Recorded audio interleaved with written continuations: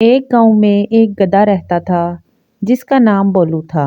بولو دوسرے گدھوں جیسا نہیں تھا، وہ بہت عقل مند تھا۔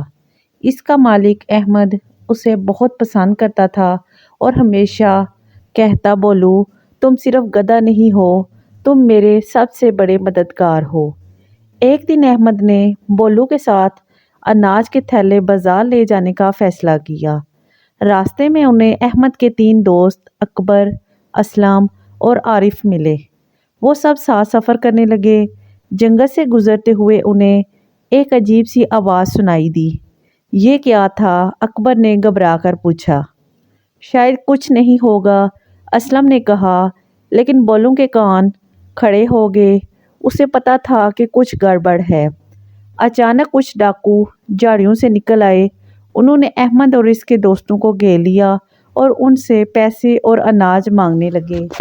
احمد ڈر گیا لیکن بولو پرسکون رہا۔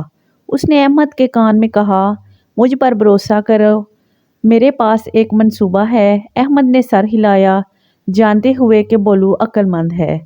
بولو زور زور سے رینگنے لگا، عجیب و غریب آوازیں نکالنے لگا۔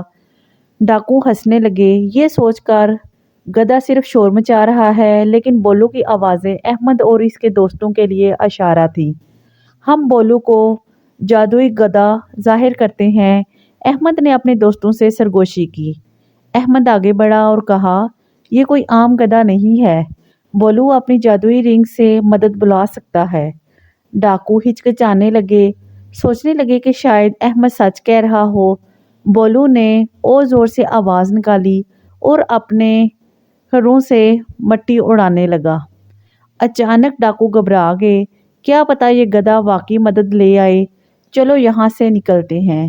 وہ چلاتے ہوئے بھاگ گئے۔ احمد اور اس کے دوست ہنسنے لگے اور خوشی منانے لگے۔ بولو تم نے ہمیں بچا لیا، اکبر نے کہا۔ بولو نے فخر سے اپنی دم ہلائی۔ احمد نے کہا، یہ جادو نہیں، تھوڑی سی عقل مندی تھی۔ اس دن کے بعد بولو گاؤں میں ہیرو بن گیا۔ سب اس کی عقل مندی اور بہادری کی تعریفیں کرنے لگے۔